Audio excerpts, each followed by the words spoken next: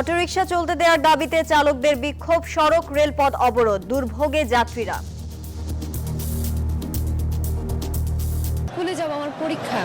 মানববন্ধন করতে পারে, আস্তে আস্তে সরকার মানব, সরকার সিদ্ধান্তমূলক বলে করবে। আমাদের ভোগান্তি দিতে লাভ নেই, আমরা সাধারণ মানুষ। বিক্ষিপ্ত সংঘর্ষ, আহত বেশ কয়েকজন।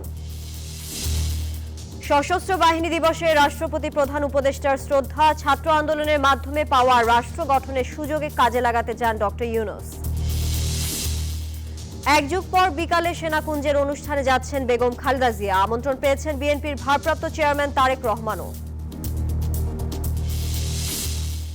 বিচারের শুদ্ধতার জন্য রাজনৈতিক দল নিষিদ্ধের বিধান বাতিল, ট্রাইব্যুনালের কাজ পরিদর্শনে গিয়ে আইন উপদেষ্টা, থাকবে আপিলের সুযোগ। সংরক্ষিত আসনে ভোটের মাধ্যমে নারীদের সংসদে চায় সংস্কার কমিশন, পত্রিকার সম্পাদকদের সঙ্গে মত বিনিময়। গাজায় আরো ৮৮ প্রাণহানি, যুদ্ধবিরতি প্রস্তাবে আবারও যুক্তরাষ্ট্রের ভেটো, লেবাননের যুদ্ধবিরতি ইসরায়েলের হাতে বলছে হিজবুল্লাহ। এবং আবুধাবি টি10 লিগের পর্দা উঠছে আজ, প্রথম দিনেই রাত ৮টায় মাঠে নামবে সাকিব আল হাসানের দল বাংলা টাইগার্স।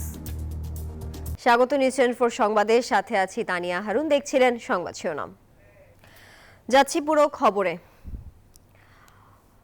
ব্যাটারি চালিত অটোরিকশা চালকদের আন্দোলনে স্থবির রাজধানী, বন্ধ হয়ে যায় মহাখালী সহ আশপাশের বিভিন্ন এলাকার যান চলাচল। তীব্র যানজটে ভোগান্তিতে পড়ে ক্ষোভ জানান সাধারণ মানুষ, রাস্তা বন্ধ করে আন্দোলন না করার আহ্বান জানান তারা। ব্যাটারি চালিত অটোরিকশা বন্ধের প্রতিবাদে রাজধানীর বিভিন্ন অঞ্চলে চালকদের বিক্ষোভ, চরম ভোগান্তিতে সাধারণ মানুষ। রাস্তা বন্ধ করে বিক্ষোভ করায় রাজধানীর বিভিন্ন সড়কে তীব্র যানজট দেখা দেয়, ঘন্টার পর ঘন্টা বন্ধ থাকে যান চলাচল। আমাদের তো চারা ছিল হাসপাতালে যাব, ডাক্তার দেখাবো, কিন্তু কখন কে যে পৌঁছাবো সেটা বলা যাচ্ছে না। মহাখালী টার্মিনাল থেকে এই পর্যন্ত আসতে 3 ঘন্টা লাগলো।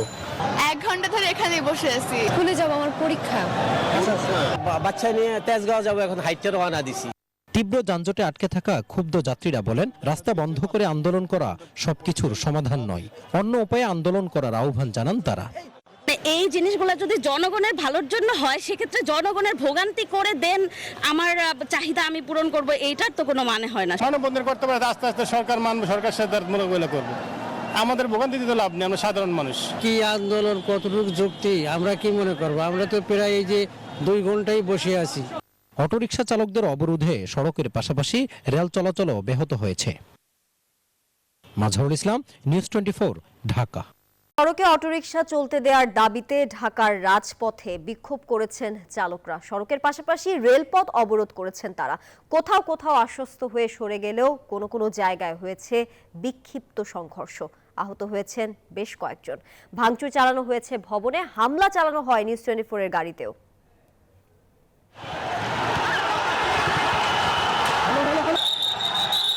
দাবি আদায়ে রাজপথে নেমে আইন শৃঙ্খলা বাহিনীর সাথে এভাবেই সংঘর্ষে জড়ান অটোরিকশা চালকরা।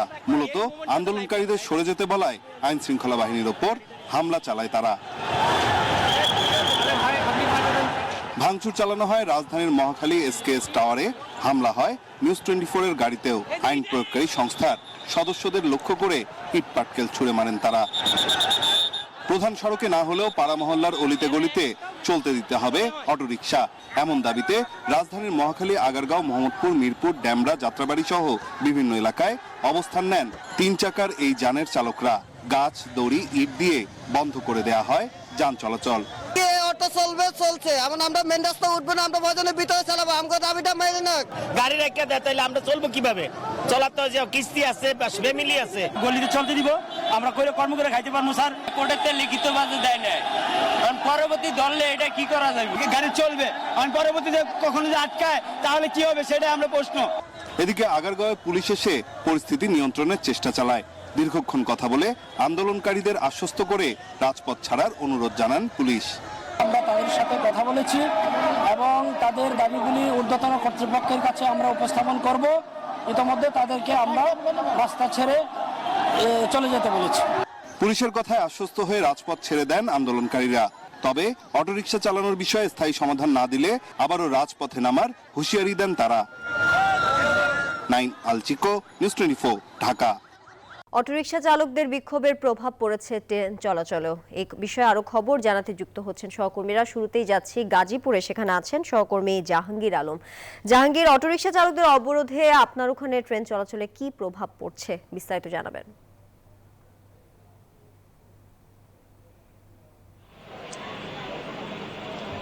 তানিয়া, আমি এখন রয়েছি গাজীপুরের জয়দেবপুর রেলওয়ে জংশনে।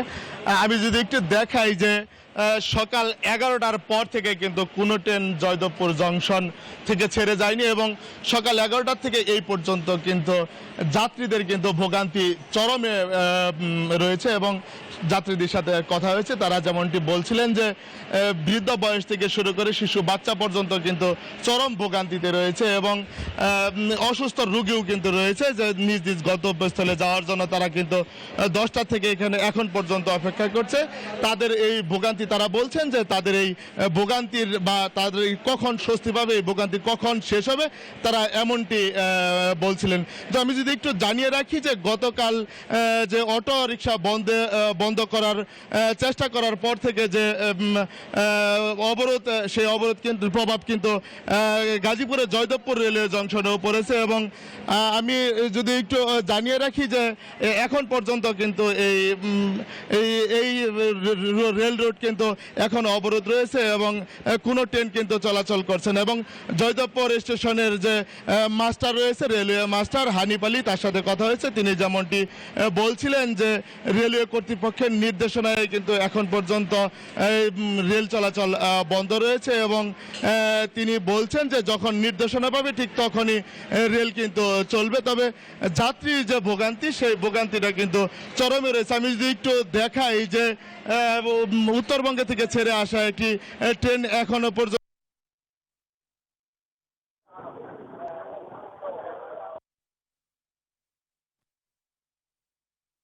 সময় ভোগান্তি করার কি আছে, বিপন্ন। আমি যদি আরেক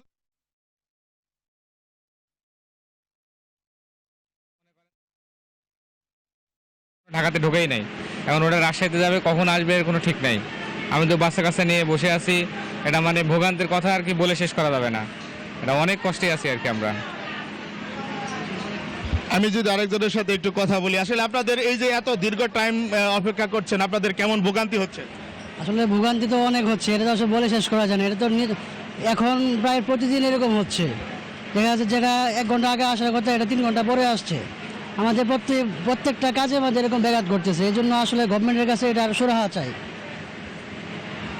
উনি আসলে যেমনটি বলছিলেন যে আসলে এই যে প্রতিদিন যে যাত্রী ভোগান্তি বা প্রতিদিন যে চলার পথে যে ভোগান্তি, সেই ভোগান্তিগুলোর তারা আসলে নিরসন চায়। আমি যদি আরেকটু কথা বলি যে আসলে আপনাদের কেমন ভোগান্তি হচ্ছে, কতক্ষণ ধরে এখানে? অনেকক্ষণ ধরে আমরা দাঁড়ায় রয়েছি, 3 ঘন্টা ধরে দাঁড়ায় রয়েছি জয়দেবপুর চৌরাস্তার মধ্যে।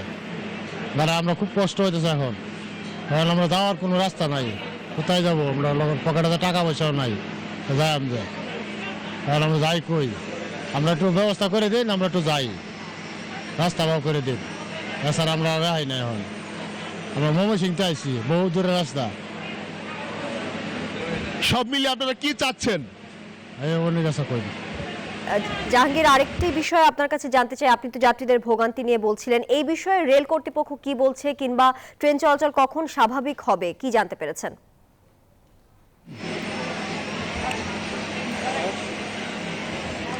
তানিয়া, আসলে আমার সাথে জয়দেবপুর রেলওয়ে জংশনের যে স্টেশন মাস্টার রয়েছে তার সাথে কথা হয়েছে। তিনি যেমনটি বলছিলেন যে সকাল 11টায় কিন্তু জয়দেবপুর জংশন থেকে ছেড়ে গেছে একটি ট্রেন, এরপরে কিন্তু আর কোনো ট্রেন আসেনি এবং তিনি বলছিলেন যে রেলওয়ে কর্তৃপক্ষের ঊর্ধ্বতন কর্তৃপক্ষের নির্দেশনায় কিন্তু এই রেলওয়ে ট্রেন চলাচল কিন্তু বন্ধ রয়েছে এবং তিনি বলতে পারছেন না কখন নাগাদ এই রেল যোগাযোগ শুরু হবে এবং তিনি বলছেন যে ঊর্ধ্বতন কর্তৃপক্ষের নির্দেশনা পেলেই কিন্তু আসলে এই ট্রেন যোগাযোগ স্বাভাবিক হবে, তিনি এমনটি জানিয়েছেন। এবং সাধারণ যে যাত্রী রয়েছে তাদের সাথে কথা হয়েছে, তারাও বলছিলেন যে সকাল থেকে কিন্তু এই পর্যন্ত তারা কিন্তু চরম ভোগান্তিতে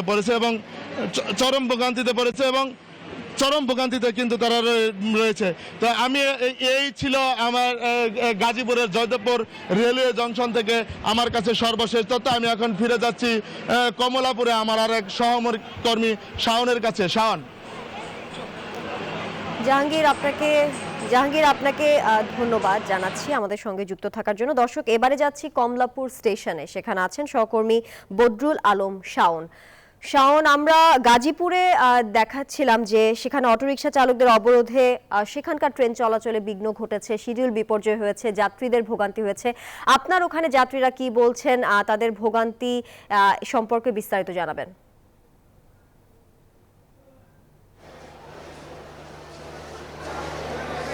ধন্যবাদ। আমি এই মুহূর্তে কমলাপুর রেল স্টেশনে আছি। আপনি জানেন যে গত মঙ্গলবার হাইকোর্টের একটি আদেশে ঢাকা মহানগরীতে ব্যাটারি চালিত রিক্সা বন্ধের বিধিনিষেধের নির্দেশ দেওয়া হয়েছিল। তারপরে আজ সকালে তারা সকাল 9টার দিকে ঢাকার বিভিন্ন অঞ্চলগুলোতে তারা সড়ক অবরোধ করে রাখে। এরপরে কিন্তু এই সড়ক অবরোধ এবং বিশেষ করে রেলগেটগুলো অবরোধ করার কারণে দীর্ঘ যানজট তৈরি হয়, পাশাপাশি রেল যোগাযোগও বন্ধ হয়ে যায়। কমলাপুর রেল স্টেশনের সাথে আমরা কথা বলেছি, সেখানে আমরা যেটা দেখতে পেয়েছি যে এখান থেকে 3টি বিভাগের রেল যোগাযোগ কিন্তু সম্পূর্ণ বন্ধ আছে। বিশেষ করে সিলেট, রাজশাহী এবং চট্টগ্রামগামী যে ট্রেনগুলো আছে সেই ট্রেনগুলো কিন্তু ছেড়ে যেতে পারছে না।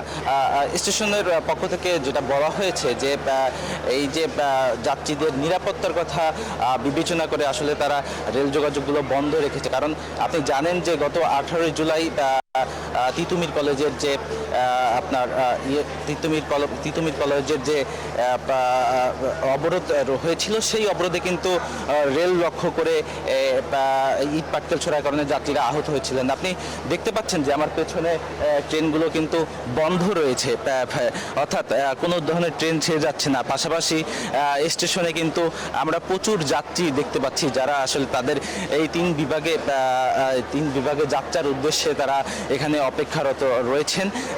এই সকাল থেকে এই রেল যোগাযোগ বন্ধ থাকার কারণে কিন্তু যাত্রীরা চরম দুর্ভোগের মধ্যে পড়েছেন। অর্থাৎ বিশেষ করে যেসব যাত্রীরা এই অঞ্চলগুলো থেকে ঢাকা শহরে চিকিৎসার জন্য এসেছিলেন, তারা সব থেকে বেশি দুর্ভোগের মধ্যে পড়েছেন। তারা আসলে ফিরে যেতে পারছেন না। সকাল থেকে তারা এই স্টেশনে অবস্থান করছেন। এখানকার যাত্রীদের সাথে আমরা কথা বলছি, তখন তারা যেটা বলছেন যে আমরা সকাল থেকেই এখানে অপেক্ষা করছি রেলের জন্য, কিন্তু আসলে কোনো ধরনের রেল যোগাযোগ রেলে আমরা যাওয়ার জন্য। শাওন, আপনাকে ধন্যবাদ যুক্ত থাকার জন্য।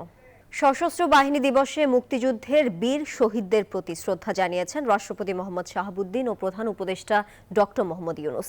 সকালে ঢাকা সেনানিবাসে শিখা অনির্বাণে শ্রদ্ধা নিবেদন করেন তারা। পরে খেতাবপ্রাপ্ত মুক্তিযোদ্ধাদের সংবর্ধনা অনুষ্ঠানে যোগ দেন ডক্টর ইউনুস। বলেন, ছাত্র জনতার আন্দোলনের ফলে যে সুযোগ এসেছে তা যথাযথভাবে কাজে লাগাতে হবে।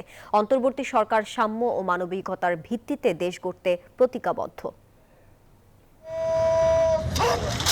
1971 সালের মহান মুক্তিযুদ্ধের সময় এই দিনে সেনা, নৌ ও বিমান বাহিনীর সমন্বয়ে গঠিত হয় বাংলাদেশ সশস্ত্র বাহিনী।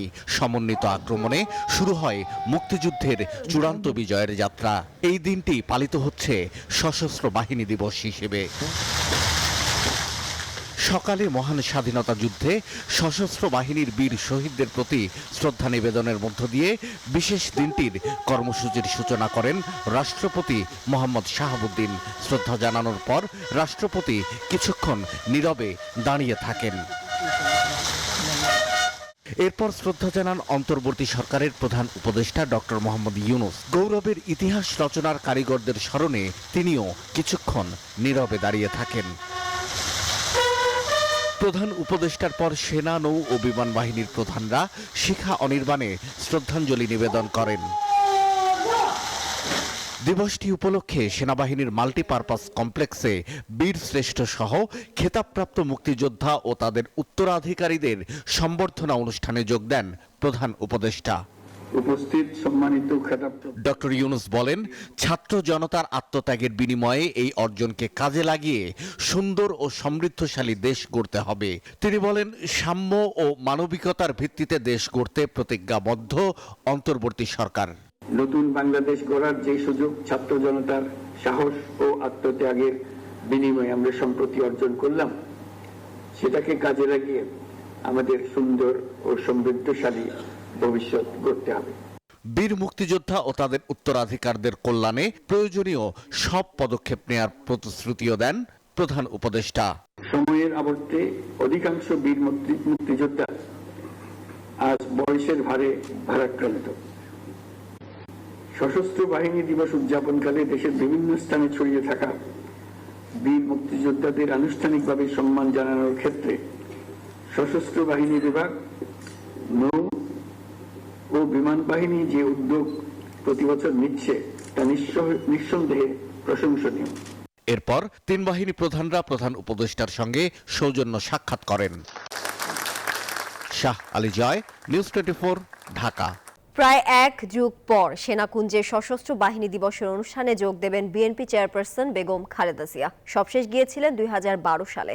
বৃহস্পতিবার বিকাল 3:30টায় গুলশানের বাসা থেকে সেনাকুঞ্জের উদ্দেশ্যে রওনা হবেন তিনি। গতকাল বিএনপি চেয়ারপারসনের একান্ত ব্যক্তিগত সহকারী ABM আব্দুস সাত্তার এই তথ্য নিশ্চিত করেছেন।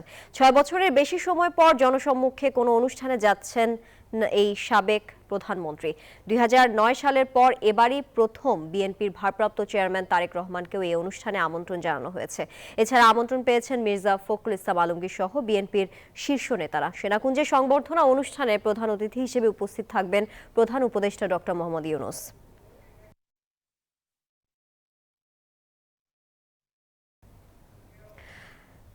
বিএনপি চেয়ারপারসন বেগম খালেদা জিয়ার গুলশানের বাসভবনের সামনে এই মুহূর্তে আছেন আমাদের সহকর্মী হাসান ওয়ালি। যুক্ত হচ্ছি তার সঙ্গে। ওয়ালি, বেগম খালেদা জিয়ার সেনাকুঞ্জে যাওয়ার প্রস্তুতি সম্পর্কে সবশেষ তথ্য জানাবেন আমাদেরকে।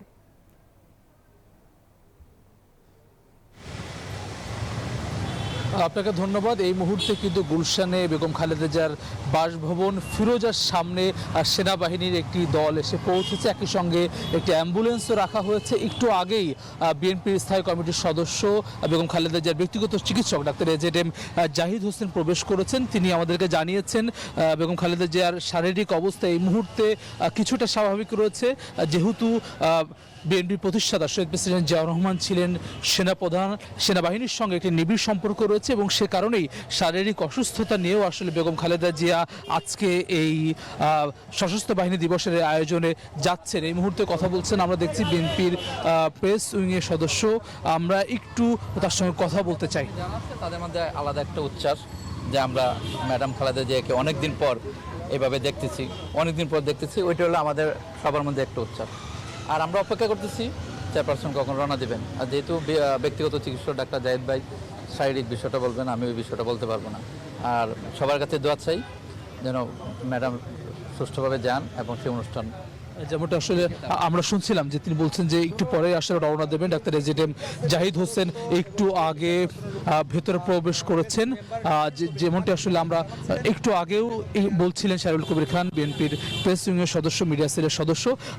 আমরা দেখেছি সেনাবাহিনীর সদস্যদের একটি টিম কিছুক্ষণ আগেই মূলত ফিরোজার সামনে জায়গাটিতে এসেছে। আমরা অ্যাম্বুলেন্সও দেখছি। অন্যান্য যেই প্রস্তুতি সেটি কিন্তু সম্পন্ন হয়েছে।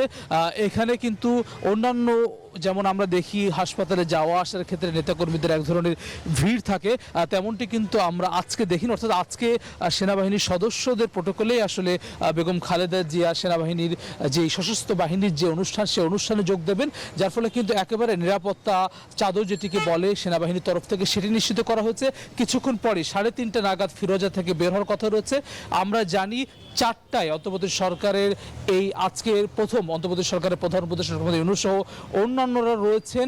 সে অনুষ্ঠানটি শুরু হবে সশস্ত্র বাহিনীর অনুষ্ঠানে। ওয়ালি, ধন্যবাদ আপনাকে।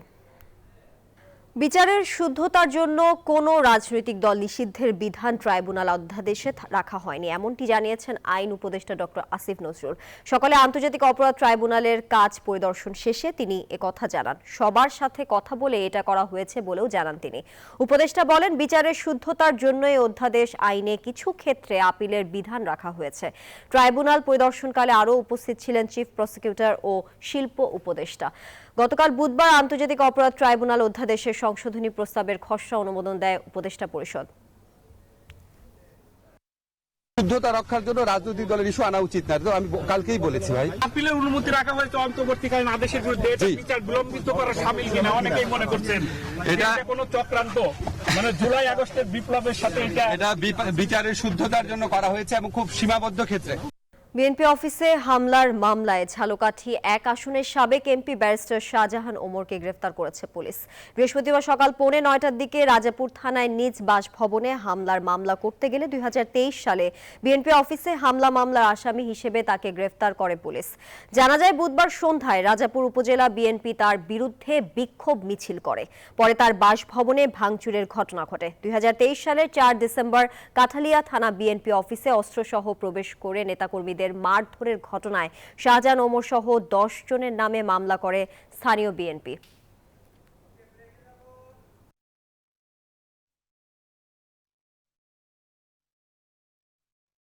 নিউজ 24 সংবাদে বিরতি নিচ্ছি, ফিরছি আরো খবর নিয়ে, সাথেই থাকুন। স্বাগত আরো একবার নিউজ 24 সংবাদে। সংরক্ষিত নারী আসনে সরাসরি নির্বাচনের মাধ্যমে নারীরা সংসদে যাবেন বলে জানিয়েছেন নির্বাচন ব্যবস্থা সংস্কার কমিশনের প্রধান ডক্টর বদিউল আলম মজুমদার। বৃহস্পতিবার রাজধানীর আগারগাঁওয়ে নির্বাচন কমিশন ভবনে পত্রিকার সম্পাদকদের সাথে বৈঠক শেষে তিনি এমন কথা জানান। বলেন, নির্বাচন কমিশনের অগাধ ক্ষমতা থাকলেও বিগত সময়ে তা প্রয়োগের সমস্যা ছিল। এ সময় দলীয় সরকারের অধীনে নির্বাচন যেমন প্রভাবিত করা হয়েছে এমন যেন না হয় সেই সুপারিশ করেন পত্রিকার সম্পাদকরা। 100 আসনে যদি সরাসরি নারীদের জন্য নির্বাচনের ব্যবস্থা করতে হয় তাহলে 400 আসন করতে হবে আমাদের সংসদে। 400 আসন করে 100টা নির্ধারণ করতে হবে, সেখানে শুধু নারীরাই প্রতিনিধিত্ব করবে। যোগ্য নারীরা এক দলের নারীরা আরেক দলের নারী ওই যে প্রার্থীদের সাথে প্রতিদ্বন্দ্বিতা করবে। তো এখানে তাদের সরাসরি ওই যে কনস্টিটিউয়েন্সি থাকবে এবং নির্বাচন হবে। ওই যে এখন তো শুধু মনোনয়ন হয়, নির্বাচন হয় না। সাবেক প্রধানমন্ত্রী শেখ হাসিনার ছেলে ও তার তথ্য প্রযুক্তি বিষয়ক উপদেষ্টা সজীব ওয়াজেদ জয়কে অপহরণ করে হত্যার ষড়যন্ত্রের অভিযোগে করা মামলায় আপিলের শর্ত অনুযায়ী আত্মসমর্পণের পরে জামিন পেয়েছেন সাংবাদিক শফিক রেহমান। বৃহস্পতিবার ঢাকা মহানগর দায়রা জজ জাকির হোসেন গালিবের আদালত তার এই জামিন মঞ্জুর করেন। একই সঙ্গে এদিন তার পক্ষে খালাস চেয়ে আপিল করেন তার আইনজীবী। আপিল গ্রহণ করে শুনানির জন্য পরে তারিখ দেওয়া হবে বলে জানান আদালত। এ বিষয়ে শফিক রেহমানের আইনজীবী বলেন, আপিলের শর্তে শফিক রেহমান আত্মসমর্পণ করে জামিনের আবেদন করলে আদালত তা গ্রহণ করে জামিন মঞ্জুর করেন। উনি বয়স্ক এবং শারীরিকভাবে অসুস্থ। ফৌজদারি কার্যবিধি 401 ধারা মোতাবেক স্বরাষ্ট্র মন্ত্রণালয় মহামান্য রাষ্ট্রপতির আদেশক্রমে ওনার সাজা প্রশাসনিকভাবে 1 বছর স্থগিতের আদেশ দিয়েছেন এবং বিজ্ঞ নিম্ন আদালতে অর্থাৎ আপিল আদালতে আত্মসমর্পণ করে আপিল দায়েরের নির্দেশনা দিয়েছেন। সশস্ত্র বাহিনী দিবস উপলক্ষে চট্টগ্রাম ও বরিশালে সবার জন্য উন্মুক্ত রাখা হয়েছে নৌবাহিনীর যুদ্ধ জাহাজ। আরও জানাতে যুক্ত হচ্ছেন সহকর্মীরা। শুরুতেই যাব বরিশালে, সেখানে আছেন সহকর্মী সাইফুর রহমান মিরন। মিরন, সশস্ত্র বাহিনী দিবসে আপনার ওখানে কি কি আয়োজন চলছে, বিস্তারিত জানাবেন।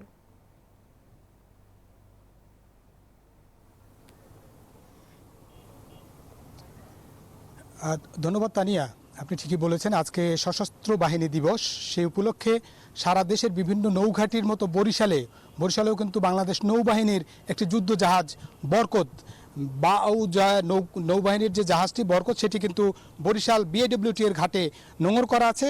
সাধারণ মানুষের জন্য এটি উন্মুক্ত করে রাখা হয়েছে এবং আমরা দুপুর 2টার থেকে এখানে আমরা দেখেছি যে দর্শনার্থীরা তারা আসছেন এবং তারা এই যুদ্ধ জাহাজটি দেখে তারা আপ্লুত হয়েছেন। তারা এই সাধারণত এই যুদ্ধ জাহাজগুলো দেখতে পারেন না, এই সুযোগ করে দেয় তারা নৌবাহিনীকে এবং সশস্ত্র বাহিনী দিবস উপলক্ষে এই জাহাজটি উন্মুক্ত করে দেয়, তারা সাধুবাদ জানিয়েছেন। এবং আমরা দেখেছি অনেক শিশু এসেছেন, বাবা এসেছেন তার ছোট্ট শিশুকে নিয়ে, এবং সেই শিশুরাও কথা বলেছেন, তারা কামান দেখেছেন এবং এই যুদ্ধ জাহাজের ভেতরের কিভাবে তারা থাকেন সেই বিষয়গুলো উন্মুক্ত করা হয়েছে এবং তারা সেটি দেখে তারা খুবই খুশি হয়েছেন এবং তারা চান যে এইভাবে যেন এই যুদ্ধ জাহাজ বারে বারে যেন উন্মুক্ত করা হয়। এই ছিল মূলত বরিশালের যে নোঙর করা যুদ্ধ জাহাজ, নৌবাহিনীর যুদ্ধ জাহাজের সবশেষ তথ্য। একই তথ্য জানতে চলে যাব চট্টগ্রামে, সেখানে আছে আমাদের সহকর্মী নয়ন বড়ুয়া জয়, তিনি জানাবেন সেখানকার খবর।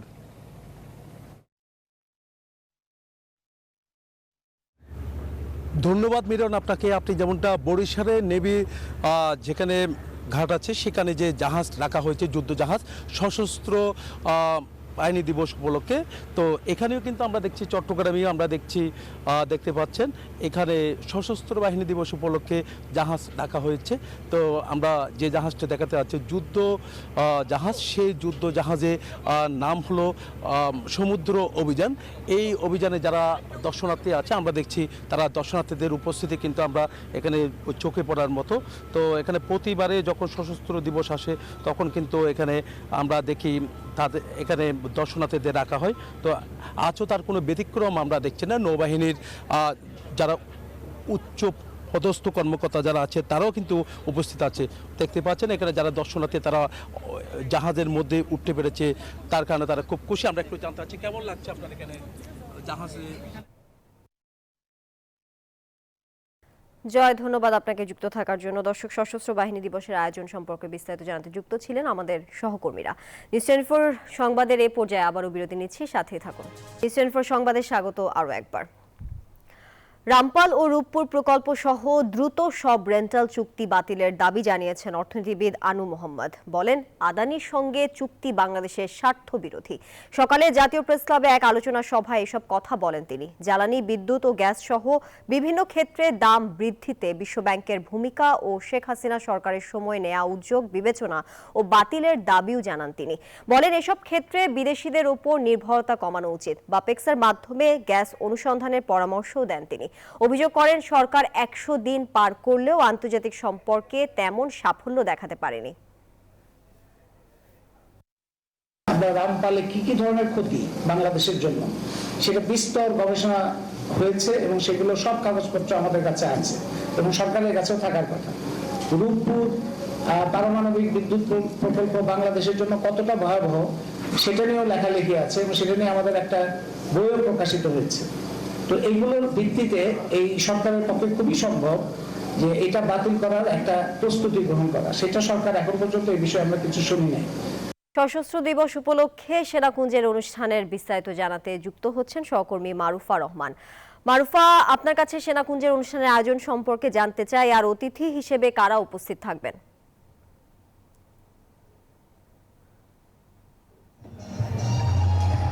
তানিয়া, সশস্ত্র বাহিনী দিবস 2024-এর আজকের বিকালের পর্বের যে আয়োজন সেটি একেবারেই প্রস্তুত, আর কিছুক্ষণের মধ্যেই শুরু হয়ে যাবে।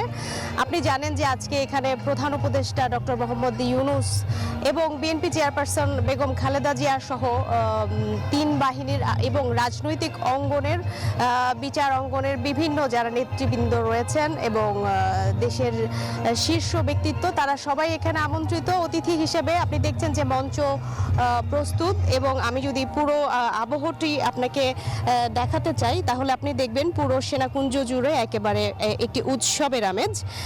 এবং যেহেতু 1971 সালের মুক্তিযুদ্ধের এই দিনে আপনি জানেন তানিয়া যে সেনা, নৌ এবং বিমান বাহিনীর সমন্বয়ে বাংলাদেশ সশস্ত্র বাহিনী গঠিত হয় এবং তারা পাকিস্তানি হানাদার বাহিনীর উপর সর্বাত্মক হামলা চালায়। এবং স্বাধীনতার পর থেকে এই ঐতিহাসিক দিনটিকে প্রতি বছর যথাযোগ্য মর্যাদায় সশস্ত্র বাহিনী দিবস হিসেবে কিন্তু পালন করা হয়। প্রধান উপদেষ্টা আজ সকাল 8:30টায় কিন্তু ঢাকা সেনানিবাসের শিখা অনির্বাণের বেদিতে পুষ্পস্তবক অর্পণ করে শ্রদ্ধা নিবেদন করেন এবং শহীদদের স্মৃতির প্রতি গভীর শ্রদ্ধা নিদর্শন হিসেবে দাঁড়িয়ে 1 মিনিট নীরবতা পালন করেন এবং সেনা, নৌ এবং বিমান বাহিনীর একটি চৌকস দল তাকে সালাম জানান। এবং দর্শনার্থীদের জন্য বইয়ে স্বাক্ষরের একটি আয়োজন করা হয়। তো সব মিলিয়ে বিকেলের।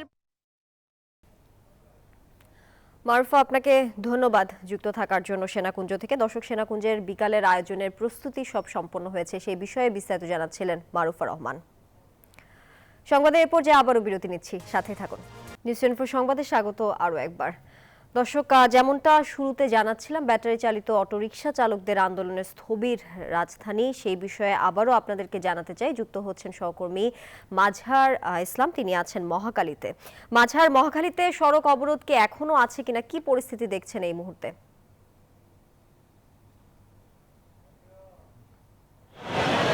জি, আপনাকে ধন্যবাদ। আপনি যেমনটা বলছিলেন, সকালে যে আন্দোলন শুরু হয়েছিল সেই আন্দোলন কিন্তু এখনো চলমান আছে এবং আপনি দেখতেই পাচ্ছেন আমার পেছনে সেনাবাহিনীর অনেক সদস্য অপেক্ষা করছেন এবং সকালে কিন্তু সেনাবাহিনীর মূলত এই ছত্রভঙ্গ করতে দিয়েছিল আন্দোলনকারীদের। এরপরে কিন্তু ধাওয়া ঘটে এবং সেই 10টার পর থেকে এখনো কিন্তু আশপাশের রাস্তা বন্ধ এবং আইনশৃঙ্খলা রক্ষাকারী বাহিনীর তারা এক পাশে অবস্থান নিয়েছেন, আরেক পাশে অবস্থান নিয়েছেন আন্দোলনকারীদের বারবার বোঝানোর চেষ্টা সত্ত্বেও কিন্তু আইনশৃঙ্খলা রক্ষাকারী বাহিনী রীতিমতো ব্যর্থ হয়েছেন। কারণ এখানে একক কোনো নেতৃত্ব না থাকায় বিভিন্নজন নানা ধরনের কথা বলছেন এবং তারা বলছেন, কেউ বলছেন তারা রাস্তা ছেড়ে দেবেন, আবার কেউ বলছেন যতক্ষণ না তাদের দাবি পূরণ না হবে ততক্ষণ পর্যন্ত তারা রাস্তা ছেড়ে দিবেন না। এই যে রাস্তায় বন্ধ করে রাখার ফলে মহাখালী সহ আশপাশের অঞ্চলে কিন্তু ব্যাপক যানজটের সৃষ্টি হয়েছে এবং জনগণের ভোগান্তি কিন্তু চরম আকার ধারণ করছে এবং সাধারণ মানুষ বলছে এই ধরনের আন্দোলন রাস্তা বন্ধ করে না করাই ভালো। এই ছিল রাজধানীর মহাখালী থেকে আমার কাছে সর্বশেষ তথ্য। মাঝের ধন্যবাদ আপনাকে মহাখালী থেকে যুক্ত থাকার জন্য। এখন এ পর্যন্ত, এতক্ষণ সঙ্গে থাকার জন্য সবাইকে ধন্যবাদ।